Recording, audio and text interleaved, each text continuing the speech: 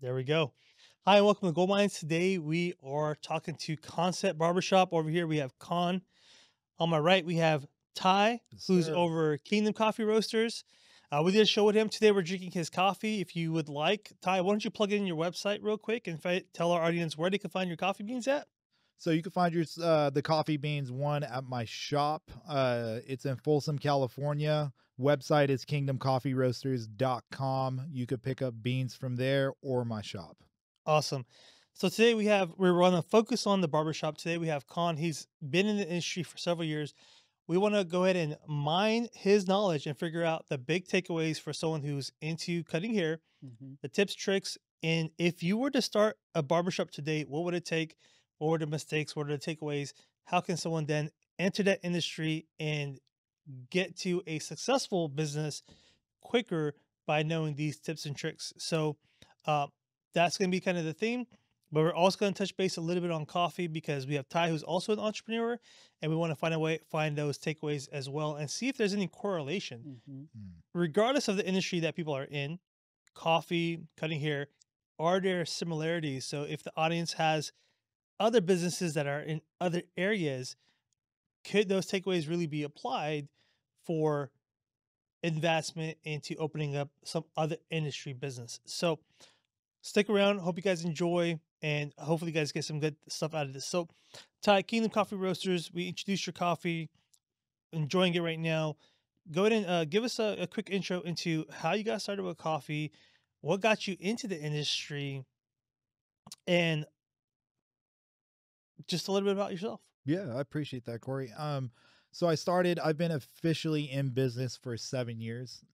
Before 7 years, I actually got into coffee. I want to say over 10 years ago, probably more like 12 years. I just always been interested in coffee and just the chemistry and science behind coffee. But I'm a finance major, and people always find it weird where it's like from finance to that. But it plays a part because I own my own business and there's a lot to figure out over there. But I got into it strictly based off of two things. And those two things, one was just a love of coffee. And then two was I thought it was a great vehicle to bring people together in a through just commonality of coffee, no matter the differences.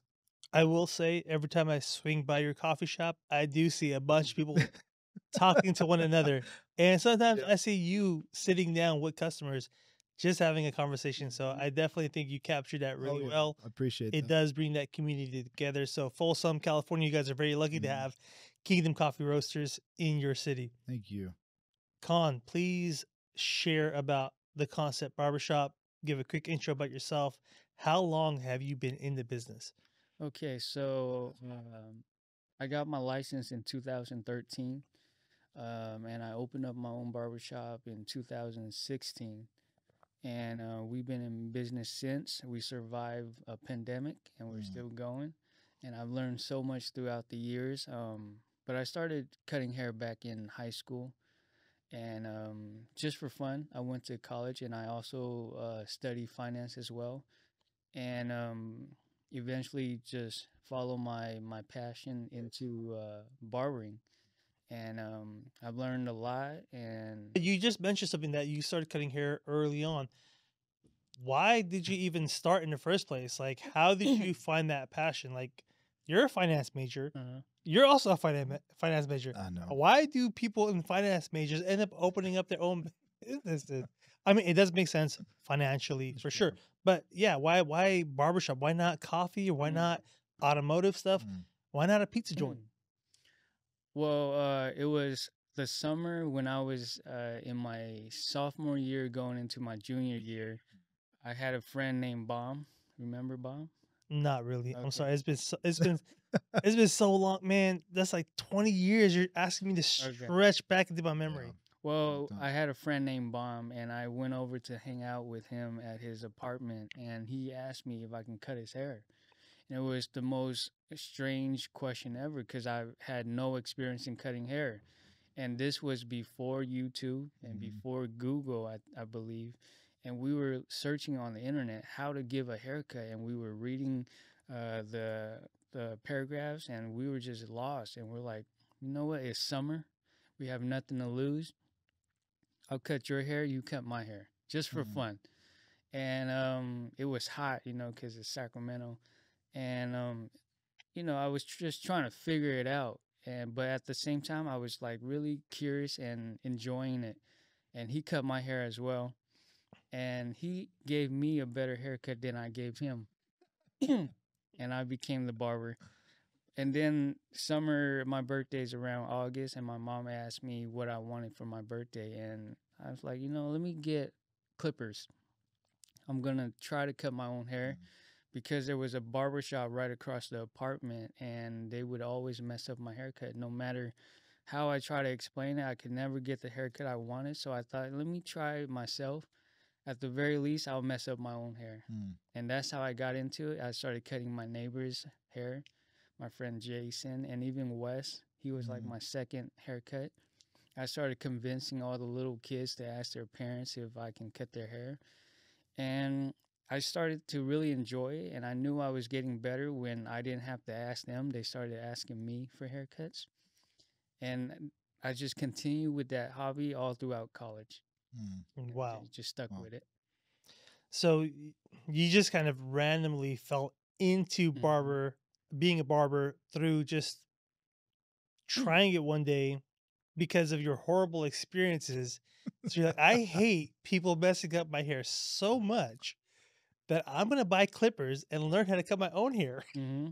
Yep. And that led to a whole passion and a journey for Yeah. you to open up Concept Barbershop.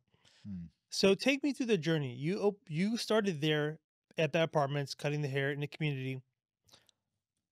How'd you go from that to thinking about opening up a business? Hmm. Because I get that it's a hobby for one thing, and then taking it from a hobby to a Hmm. company is a whole different scale. Yeah.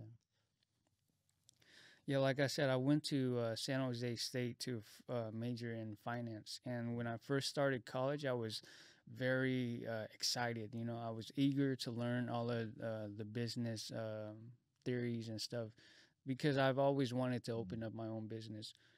But the education that I wanted, I wasn't getting from college because I had professor that just didn't seem very passionate about Mhm. the uh, topic that they were teaching.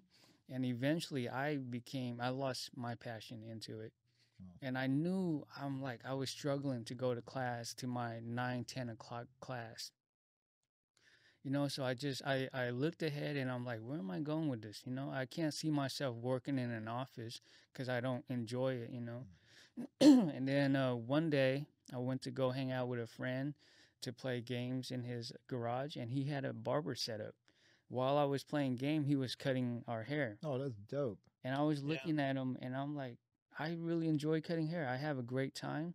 I just never thought that I could make a living out of it because from what I know growing up, the haircuts were like $8, $10, you know, very cheap. So I Mm. never considered it as a career. But he looked really happy, and I know the feeling of hanging out with your friend, talking to them, and cutting their hair. It's not. It doesn't feel like work. And so for that whole week, I was like, damn, I think I want to give this a try. Mm. But this is going against my culture in a way because my parents sacrificed a lot to come to America. They left everything they knew to come to America because in our culture, we believe that education is the way out of Poverty. Mhm. exactly. And so I'm considering dropping out of school to pursue a barbering career. Wow. And that's like, it doesn't make sense to them. It's like, why would you want to do that? You know? And so the whole week I was just contemplating it and just struggling to make this decision. And I knew I had to talk to him because I'm like, dude, I'm not enjoying school, but I feel like I just want to take a shot at this, you know? I think I could be happy doing this. I had to talk with them and they were really worried. They were concerned about my future and my well being. I know that they were just they want good for me, right? They don't want to see me struggle in life. Mhm. But I was like, just please give me one chance. Just give me a chance. And finally, they were like, okay, if this is what you want to do, go for it. And once they said that, man, that's all I needed. Mm. You know, we always want to just make our parent happy. So once I got that, I was like, I'm good.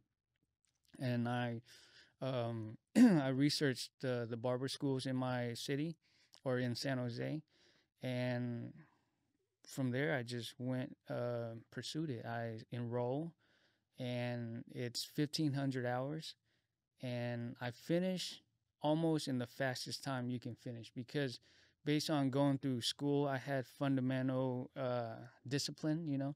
So I would show up every day, clock in, earn my hours, and I finished in about 11 months. Wow. And I passed my test in Fairfield the first time, and I was really happy about that. And I started looking around for barbershops to work at, and I found one around the neighborhood. And I knew that I always wanted to scale and grow in everything that I do. And so getting my barber license, I knew I eventually would want to open up my own shop. Um, I remember talking to the owner, and he asked me, "What are your goals?" You know, and I said, "I'd like to work for a few years and then open up my own shop." But he must have heard that all the time. You know, every barber said they want to open up their own shop. But I think it was almost exactly 2 years later. I told him, I think it's time. I think I'm going to head out. And I opened up in 2016. Wow. Wow. Yeah. That's crazy. So I want to go back a little bit. So you went and decided this is what you want to do. You got the parents' blessing. Hmm. That's what you needed to hear. And you left college. So you're probably what, 4 years in I and had, you're doing a career change? yeah, I had 8 more classes to go. Wow. 2 semesters basically. Wow. Pretty much. And I was struggling, like I said, struggling to wake up for my 9, 10 o'clock class. But when I was researching barber schools and how to open up a barber shop, I would wake up before my alarm at 6 a.m. Wow. Just to do the just research. to do, Wow. yeah, I would wake up before my alarm. And that's when I knew, like, this is something I care about, you know? Yeah, I mean, as the saying goes, go all in on your strengths.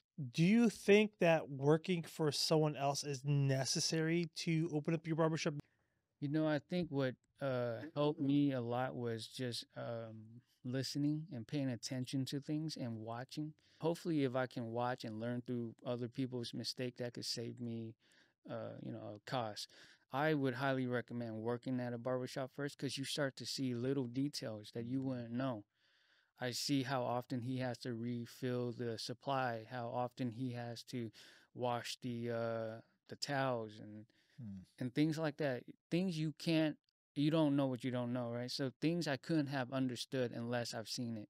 Hmm. That's right. Yeah.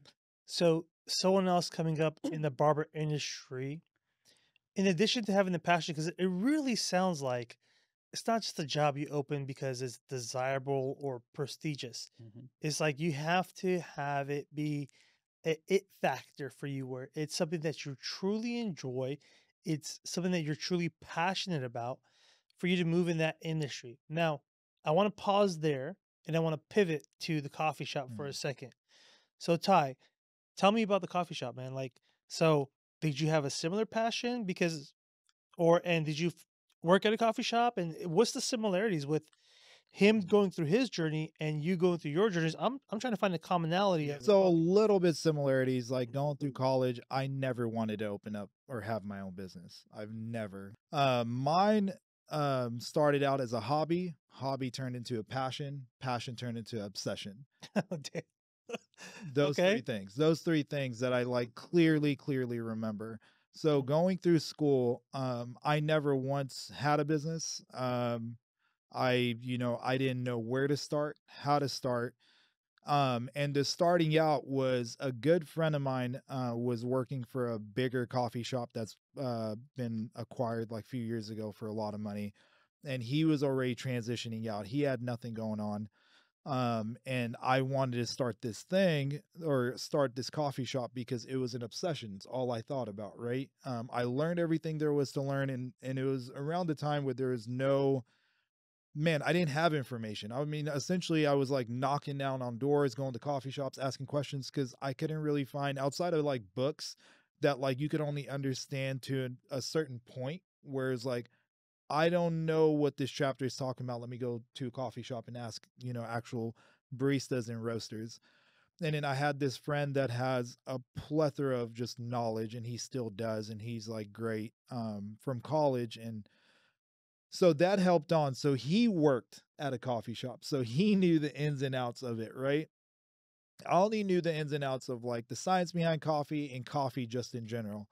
But he didn't know business. And I had my business degree that actually helped a lot with like loans and negotiating and, finding the right location and like SWOT analysis. Like I Right. took all that information from college and applied it there. So that helped out a lot. But all that to say, I didn't have the choice because I was, married. I was working a really good job, high paying job, and I wasn't gonna go be a barista. There's no way. I couldn't even support anything, right? Hmm. So for me, if it wasn't my friend, I was gonna go gung ho and just open up a shop and figure it out as we went. We still figured it out as we went, but I had the element of somebody already working, and you're 100% right. There's so many smaller things as a customer, as a consumer, you have no idea what's going on behind the scenes. You do. All the little things and everything does essentially matter. So that was my experience going into it. Well, the takeaway that I'm hearing from both of your stories is that irrespective of the industry, whether it's schooling Mhm, or a hobby, is that working for someone else does open up. And this means like you have to listen to your point earlier. mhm, You're listening, you're paying attention, and you're trying to identify what is the day going to be like if I was to open this myself. The employees, the cloth, mhm, the coffee, the mhm. grinding of the coffee, Yep, the customers and how they react, the drinks you got to make, yep. the haircuts that they're not happy with, maybe Hmm. the refunds, all that stuff. So you're You're on awake. full alert and you're like, okay, how am I going to handle that scenario? Hmm. So you're getting practice of like you envisioning yourself in that role and you're preparing yourself for that position. Mhm. So great foundational knowledge. I mean, you went to college for 4 years. I mean, you guys I both went to graduated. college, Yeah, right? You yeah. graduated. How much of the college education are you getting? Like it's like trade school. Instead of going to college for 4 years, you're working for someone in that industry. Mhm, 2 years is probably equivalent to 4, 5, 6 years of college experience of things that you could have never learned. mhm, But I do have to ask, did you or were you able to apply anything that you learned from college in finance to your business? And I'll start with you, Con, and I'll go to mhm, you, Ty. Yeah, I think I learned a lot of good habits going through college. It taught me some discipline, you know, to have the discipline to show up, whether mhm, you like it or not. You have to show up. It helped me be organized. College helped me gather my thoughts together. It helped me plan in advance. So certain things like that did help, and even the numbers. You know, it helped me keep track of all the numbers, how mhm, to add it up, and find out where all the causes are coming from, stuff mhm, like that. So in that way, it did help me a lot, you know. mhm, But mainly the discipline of showing up to mhm, class, whether you like it or not. I think that really stuck with me because I needed that the discipline to stick to it with the business because there's time where it's very tough, you know, mhm, and there's times where you almost feel hopeless mhm, because of your limits, you know, with money, for example, or your knowledge, and you have to get creative. And to get to that point of thinking creatively, you have the discipline to stick to it, mhm, you know. Yeah, that's definitely true. No, mhm, that I could definitely relate to that. I mean, that makes a lot of sense. The attributes of going to college more than the content of the college mhm, itself, that consistency and persistence of showing up and being disciplined, that's a transferable skill to mhm. any industry, whether it's your own business or a general career. Ty, for the coffee shop, for Kingdom Coffee Roasters, what did you apply from college, if anything at all, to running your Mhm. business? Man, that's a really good question, Corey. As Khan was speaking, I was all I remembered was if I'm not mistaken, it was my accounting class, and this was like the realest my teacher, and it proved to be true. So my teacher was like, reality is you're at best, and me being very generous, you're probably gonna take on everything for 4 years. If I'm being very generous, 10% of everything, right? Wow. Yeah. The realest, like that's the in 4 years, that was the realest thing I've heard, right? So the biggest thing I took away from that was college equipped me personally in opening up a door or a mindset or whatever that, like, oh man, I'm more capable than I think I am. That's what that's taught me, because I could go on and talk about, like I said, going into scenarios. I've applied little things, and I was aware of some things when I'm talking to brokers, when I'm talking to loan officers, right? I could apply to some things that I'm like, oh, I learned that in class. I could keep up with you in conversation. But what more than that was like, no, dude, I'm capable. Like, I have no idea. That's literally, I don't know how many times I've said that to people. I'm like, I have no idea what I'm doing, but guess what? I'll figure it out. Hmm. 100%. Like, I'm capable. Hmm. And if anything, and I've said this so many times in the past, Google to me, and that's part of my capability. Google and research to me has done more for me personally than 4 years Yeah. Wow. in college. Yep. That's crazy. I Yeah. agree. So I Yeah. see you nodding. So this sounds like there's a commonality Yeah. here. So please, tell me what you think about that. Yeah. Before I dropped out of college, I actually took a little break Mm. because I had another business idea that I wanted to pursue. And in the process of pursuing that business idea, uh, I read some books to help. Well, in college, you're recommended some books to read, and How to Win Friends and Influence People Mhm. was one of the books Hmm. they recommended. Right. And I really found that book to be useful. And so when I took a little break from college to try to pursue another idea, I sent out like 10 emails to a bunch of CEOs of companies. Oh, Wow. wow. Yeah, and one of Yeah. them got back to me, the CEO of Target. What? Hmm. Yeah. This guy makes 13 million a year or something like that. And Oh, good I was night. a student and he reached back to me and he gave me the phone number I needed to help pursue this goal. And I couldn't believe it. I'm like, Wow. dude, I managed to get to have a conversation with this person. Wow. And at this time I was in my third year of college and I didn't even know how to Mm. get a business license Mhm. going to school. Hmm. But when I was on my own, I learned more on my own than I ever did in school. Wow.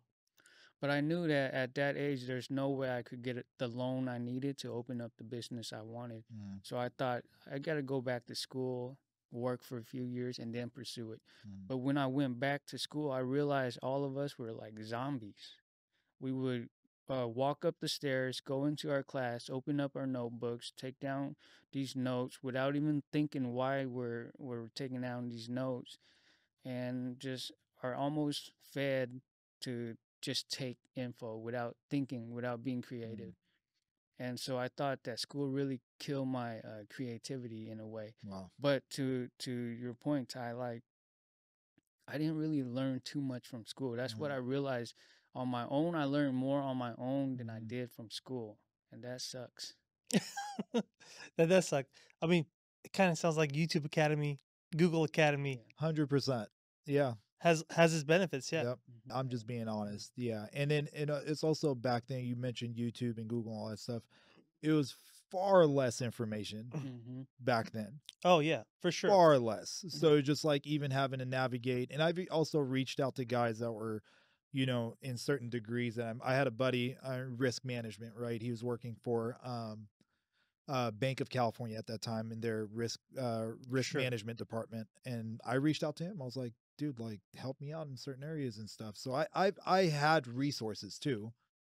So Dude, that's crazy because yeah. I got my degree too, and I'm thinking, how useful is Yeah. it? Is it truly just like I was doing the math in my head? It comes out to be one semester Mm. of things that you actually take away for the 4 years that you're there. Mm. To your point, it kind of killed your creativity. Mm. Mhm. And even to your point, you didn't even go into finance. You went into the whole Yeah. your creativity Completely was like, different. okay, great, I got my degree, but Yeah. like, hey, I'm gonna go open up a coffee shop. Yep. So it's completely like these entrepreneurs that I'm seeing is like, that's great, get your degree, it might get you a little bit further, but really the aspect of what I'm hearing is that you guys bet on yourself. You are like, Mm, I'm gonna learn this. I'm gonna pay attention. I'm gonna be humble. I'm gonna learn. I'm gonna Google it, YouTube it, and I don't know what I'm capable of, but I'm gonna try and figure it out, and I'm only gonna get better. mm. And you ended up opening up your barbershop. Almost in the same breath, you were like, I have no idea what I'm doing, No, no idea. but I'm gonna still try. Mhm, I bet you I'll figure it out. mhm, And so the common attribute for entrepreneur that I'm hearing from you guys is like fail, fail fast, learn, and try again. mhm. You're gonna say something, so please go. Yeah, I was gonna say at the time I was working at the mall. Next to me were these other two cashiers, and they had their degree. They had their finance and Wow, accounting degree, wow, and they were working with me at the mall. And I was thinking, I started to question the story that the school was selling us, which wow. is get your degree, be successful. Mhm, And I'm thinking these guys got their degrees and they're working at the mall like me, mm, and I was still in school. So I was thinking, what makes me think that after I get my degree, I would be more successful than them? mm. And so I started to question the story that the school was giving us, and I Wow. realized the school, being in business, I realized the school is a business too. You Oh, know, yeah. For Yeah, sure. the school is a 100%, business, and 100%. honestly, not to bash on school because I'm for education, but they really don't promise you anything. Once Right. you pass all your classes and you get your degree, they don't guarantee a job or anything like that. So I started to Mm, wonder that, and I had to almost like think ahead. Like I don't enjoy what I'm learning. I should make a move Yeah. now yeah. and not waste any more time. Mm, I 100% agree with that. I do think that people should go all in on their strengths, mhm, do what you love, whether it's for money or for your passion. mhm, Like, do the things that are going to keep you happy, satisfied, mm. and are you? I mean, you. I mean, we only do have really one life, so a career change, if it is necessary, that's for each person to decide. Now, you moved into the barber industry. You opened up the shop. Tell me about how you negotiated your contract, how you did your marketing, hmm the logo, the name. Tell me about the infancy of Concept Barbershop. Okay, so when I opened up the shop, I originally had two other friends that were interested in going in with me. Mm. And I made sacrifices by not spending money and saving all my money and everything I had to achieve this goal. And I was under the impression that my friends would be ready a year later. Wow. And I would check in with them because our goals were to save up about 10, 15,000 each and go in it together. And I would check in with them. I'm like, how are you guys doing? And they were always short. And after a while, I realized, you know what? I think I'm going to go ahead and do this. You guys can work with me, but I'm gonna go ahead and make the move and go for it. Mm. So saying that, I was very limited with money. I think I had maybe 20K Wow. saved up, Wow. and so because of that, that wasn't a lot of money to start up your own business, and so it's possible, but the more the better. Mm. And so when I had my contract, I didn't have the money to actually go get it looked at by a lawyer or anything. So it took me like a month to go over every single word, look on the internet to get explanation of what these clauses are and all these rules and terms and stuff because I didn't have the money to get it looked at. Mm. So I had to do it myself. Mm. So as far as negotiating, I tried the best I could. Certain things I didn't understand then, I know now. But yeah, with that, I did it myself and hope for the best. And then you learn as you go. I had a big size shop, about 1,500 square feet, but I only had four chairs. Wow. Which Wow. was very empty. Yeah. But I would save up, and every month Mm. I would buy another chair, buy Wow. another chair, buy another chair. And so I was learning as I was going. Mm. I didn't know the whole picture, going into it. I didn't have a far ahead plan, so I went with it Day by day. day by day. Yeah. So I gotta stop you there. So 20 grand, that seems kind of low to open up a business. So Yeah. how'd you open up a business with that? I mean, What? How'd they even give you a contract with 20K in savings? Yeah, well, I negotiated that I would pay a few months in advance, which it was tough for me to Mm, give up anything. And also at the same time, I knew I needed a certain amount that I couldn't spend. So I mm, believe of that 20K, I said no matter what, I can't go under a certain amount. mhm. Because for emergency, because things can happen, you never know. So I had a cushion of amount. I never went under. If I needed to buy anything, it would have to wait until it replenish. And so, yeah, that's why it probably took me a couple years for me to fully decorate the shop and stuff like Mm. that. So real quick, did you get your two Mm. friends to work for you? Was that how you got started? You had two chairs. You from barber school, it sounds like you might have had some customers. Is that right? Or how'd you even get customers to come to the shop? I mean, you just opened. I mean, how are you getting traffic? I knew how important these Yelp reviews and all these Wow. social media can help grow. So Hold on, hold on, hold on. So you don't have a storefront. none. How do you? So you can open up a Yelp account without a Yeah, storefront? yeah. The storefront was in the process of getting worked on. So I would work at the other shop and would get phone calls about appointments at Wow. a shop that's not even open, Wow. and I would have tell them, "I'm sorry, I'm booked up today. I'll be open. I'll be available next week or something like that."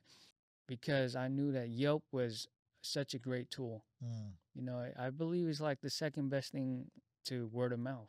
It's very close to word of mouth. And so I use Yelp and the social media to help get the word out. I did make little flyers here and there, but I think Yelp really helps a lot because mm. everybody jumps on it. And I'm sure you guys jump on it to research a restaurant Absolutely. before you Mhm. go to it. And I focus on that. I focus on the Mm, Yelp apps and Google apps and stuff. Sounds good. So we went through the community, the background mhm, to the initiation and the passion and getting started. So I'll start with you, Con, and I want to pivot over to Ty. Let's talk about equipment because we haven't gone there. You mm, talk about clippers. For you can talk about roasters, beans, Hmm. distribution. So mhm, for the equipment, the Hmm. chairs, tell me about that. How much does it for someone coming new in this space? Hmm. What's the number? What's the ballpark? High, medium, low, getting started, that type of stuff. Yeah, so different quality chair comes with different prices and stuff. The chairs I have at the shop are about $700 a piece. wow. And as a barbershop owner, you don't have to provide the clippers and stuff because your barbers are independent Mhm, contractors. They provide their own tools. As a shop owner, you have to provide the chair, the station, and the mirror, and mm, good lighting. mm, Because if the lighting's bad, you get complaints from the barbers. And when you are a barber, your clients are your customers. Your mm. customers are your client. But when you are a barbershop owner, your barbers are almost like your new clients. So you got to make your clients happy. Wow. So I had to get the right lighting, stuff like that. But the barber chairs are about $700 a piece.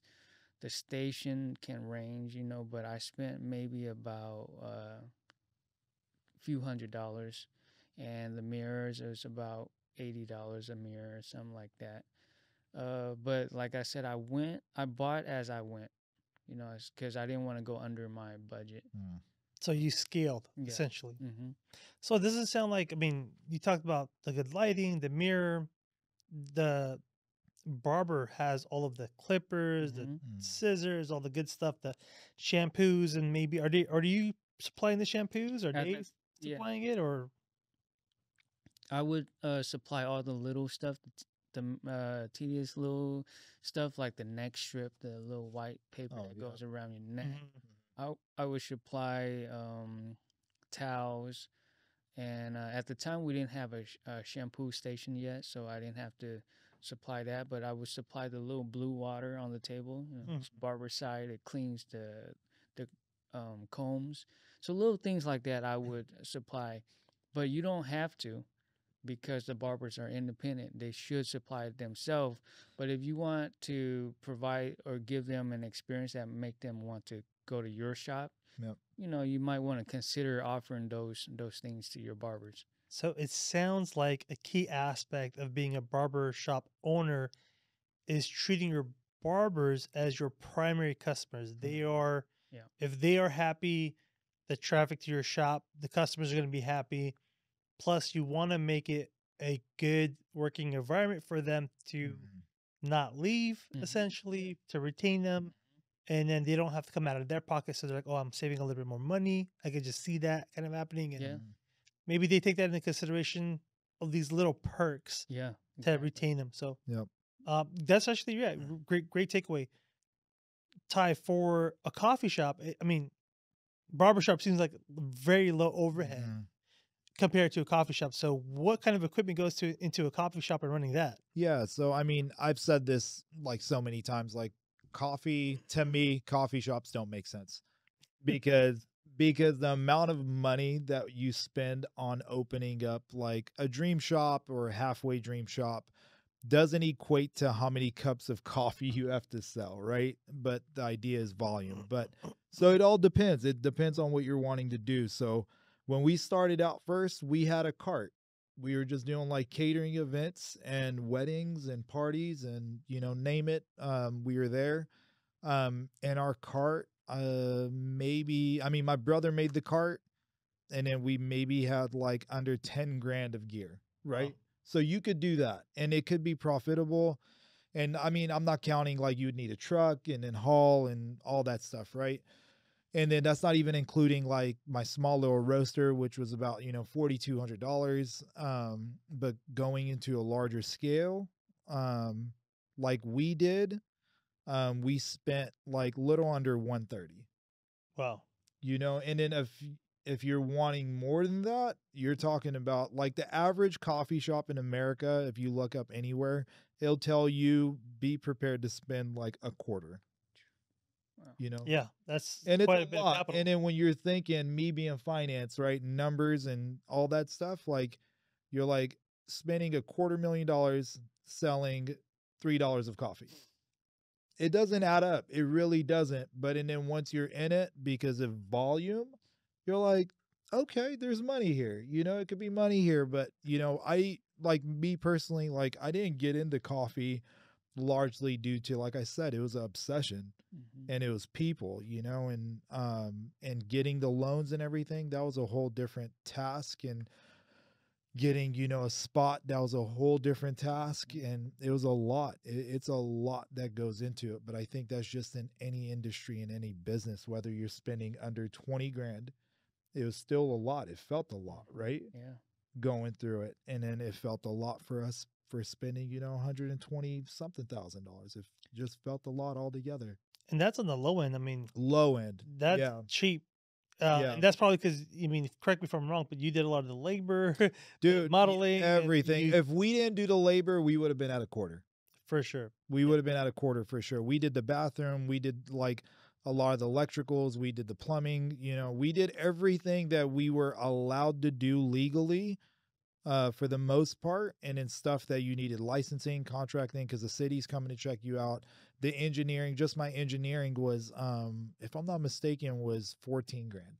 Wow. For a guy to come and just draw up something to give to the city. And you're just like, Yeah. what? Like what's happening here? I'm like, oh, I'm in the wrong industry, man. But no, and that's what it was. It was I didn't know that though. And then going back to, I did want to add on. So what Con did with the broker, there's two things. I was very fortunate, like because my brothers own businesses. We have a family broker, and he's been part of our family. Not part of our family, but he's been our family broker for like 15 plus years. So negotiating was made easier through him, but I also Wow. learned a lot through that, right? So I learned until this day when I'm asking questions, I call him and it's free of charge, obviously, because he knows the family. But there's two things. If I had to do it again, and with the knowledge I have now, I would take his route and I would do it. I wouldn't use a broker because a broker takes a cut off of you too, Hmm.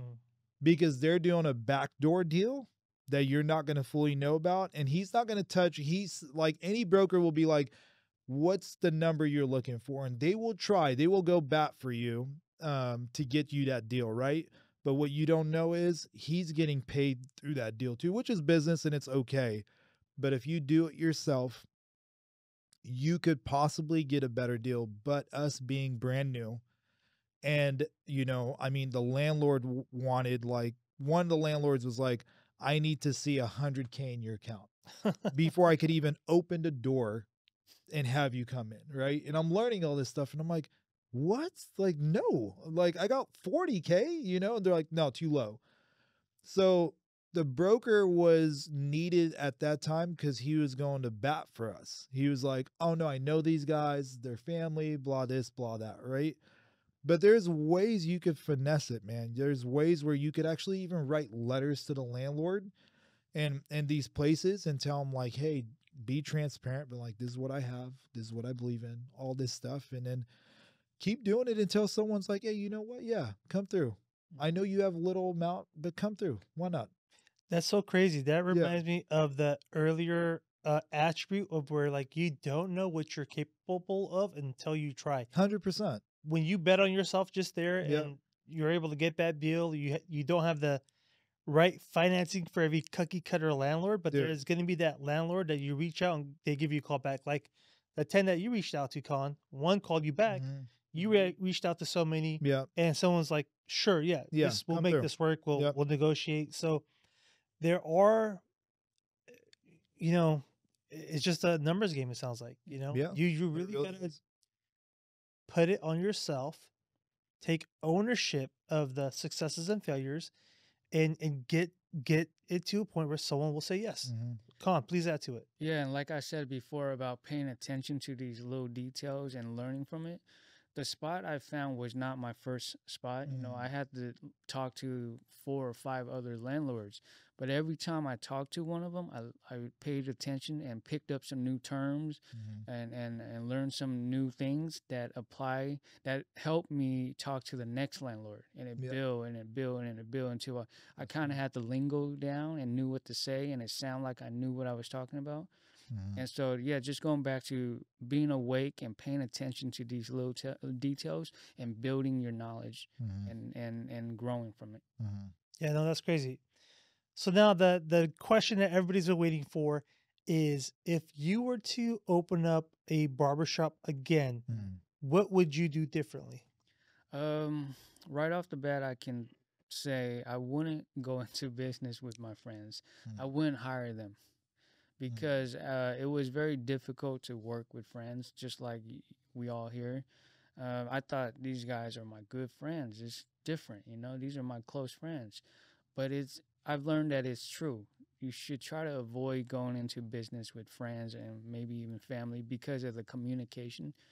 I've learned that as a shop owner, I was able to separate friendship from business. I was able to do that. Mhm. But for your friend, they might struggle separating that these are my peers and now he's telling me what to do. So if I can go back, I wouldn't work with friends. Or it's probably possible, but it might be tricky. So that's one thing I would do different. Mhm. Let me ask you, is there a conversation that you could have had to level set expectations with your friends before going into it? Like, what was that takeaway? Because it sounds like maybe a little bit of heartburn there because they see you as a friend, not as a landlord or as a businessman. But it kind of sounds like you needed them too. Yeah, yeah. I needed them to help Mhm. me get going. That safety net, right? Yeah, the safety net Yeah. to pay the rent and stuff like that, which really helped me to get to this point. But there wasn't a conversation I could have with them because I didn't foresee that this would be a problem. I thought they're my good friends. I'm Mhm. sure we could figure things out if it Mhm. ever gets to that point. Wow. There was no way I could have seen that to have that conversation with them. Looking back, I learned that it'd probably be better off to just leave friendship friends. So the risk there is if you go in business with your friends, you do jeopardize their Mhm. friendship. Definitely. All right, I'm gonna pivot back to the barbershop for more takeaways. But Ty, if you had to open up the coffee shop, Kingdom Coffee Roasters again, is there a few things that you would do differently now that you've been in it for a while? I think the biggest thing, and it's a really good question to ask, because I think the biggest thing was, I was reflecting on this the other day. I think, if I had more patience in the beginning, because the obsession that I talked about, I was also in a very big hurry. Like I think once the obsession happened, I was I no longer I hated my job. So I wanted to get out as fast as possible, right? So I did the best I can, don't get me wrong. Like I did the best I can and, moving forward and stuff. But I think the reason I said patience was because that would have gave me more money to do what I wanted, truly what I wanted. So I had maybe a few items that we spent really big on, like my espresso machine, was like over 20 grand, just the espresso machine by itself, not including, grinders to, refrigerators to, the roaster and everything, every little thing mattered. And I wished I had waited a little bit longer because I would have saved up a little bit more and I would have got the right equipment. And honestly, even looking back, I probably would have gone into a different location because the crazy thing is the original location that I wanted, I didn't know it was up for grabs until I signed my lease. Oh, jeez. Yeah. I thought about this like not too long ago, and I was like, because the original location had like it would have saved me more money actually because it was already built out. It was a Starbucks that left. So it was like fully built out. All I had to do was come in with my gear. I would have had way better, I would have added more gear, like better gear. And I would have had the roaster that I wanted and, patio and everything. And all the laborious work you're talking about was already there. So that's what I mean by like Wow. sometimes patience, but I also it was like I didn't know, like I didn't know, but it was like it was looking back, I was like, man, I was a little bit too much in a hurry to just do this and just dive into it. And sometimes it's good to like chill for a little bit, like just chill and relax. And it's like your thing, R&D. Like I've done R&D, don't get me wrong. Like I've done fair amount of it, but looking back, yeah, that's probably the biggest thing I would say. Yeah, R&D, research, For research and development. yeah. I think there's a huge knowledge nugget there. If you go into a pre-existing coffee shop that has closed down, Oh my gosh. not Yeah. only is the piping there, the Mhm. water, everything, Mm-hmm. you got to move in your equipment, but I bet you there's a good amount of people that remembered A that there 100%. was a coffee A shop hundred there percent. that are used to going to that coffee shop A that you hundred could have piggybacked percent. off of to kind of get you jump Yeah. started. So for a new coffee shop that is trying to open up, that might be a prime avenue to go down and look 100%. into is Yep. did anywhere close down that I could Yep. move into for a better deal, Yep. cheaper. I don't gotta recreate everything. You could probably change some of the design still, Yep. but yeah, that money could be better spent for that. Other That's a places. huge takeaway for Yeah. sure. Yeah. Colin, back to you. What else do you think would be a good takeaway for a new barbershop owner? We talked about the friends and starting off if you have the opportunity to hire fresh, but being what it is, what else now that you're in the trade for several years could you give to the audience? Yeah, kind of what Ty said about the location. I think I didn't know what to look for when I Mhm. was touring these spaces, but what I would suggest is look to see if they have running water, look Yeah. to see if they have a HVAC system, look to see if they have parking, stuff like Oh, that. 100%. Oh wow. Parking, You yeah, know. for sure. Yeah. So I didn't know how to inspect the space. I just thought open space, cool. Later, I learned that oh shoot, it gets hot in the summer. Oh Mm. shoot, at a certain time, the sun is directly in the window.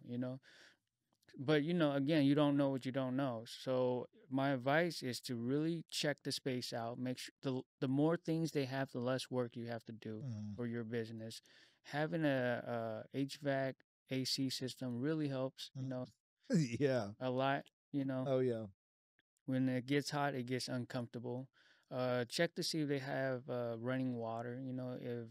If they don't have that, that's work on you to do. Mhm. Um, Bathroom? Bathroom stuff like that. Make Huge. Yeah. sure the bathroom is ADA approved. Yep. You don't have to remodel it Yep. because there's people out there looking to sue you if you don't have ADA compliant yeah, bathroom. Yep. exactly. Yep. And so inspecting the space is really important. But I keep hearing that we don't know what we don't know. So I would also advise, if I know it might be difficult, but maybe look for a mentor, Mm. Mm. somebody that's been in your industry. Yep. It might be tough to find one, but I think it would be really useful to really talk to a mentor because they can save you a lot of mistakes. Hmm. I mean, you mentioned it earlier. You got a call back from the Target CEO. So if you try, I guarantee Yeah, you someone on you're a right. Facebook group or Yep. someone is going to give you the advice that you're looking for. It seems like the location and the amenities of the location are foundational to your success and a 100%. huge money pit if it's an oversight item. Hmm. So, Ty, is there additional takeaways for the coffee shop? Additional takeaways as of If you were to do it again, you mentioned the location. mhm, You mentioned a little bit about negotiation and mhm. negotiating your contract, Oh, that's a going big to a part. pre-existing location. Mhm. Is there anything else you'd want to add? Mentor is a great one. Mhm. Would you say a mentor would be applicable for the coffee shop as well? 100%. And I mean, I would recommend anybody getting into coffee because coffee is one of those like romanticized things. And I've said this before.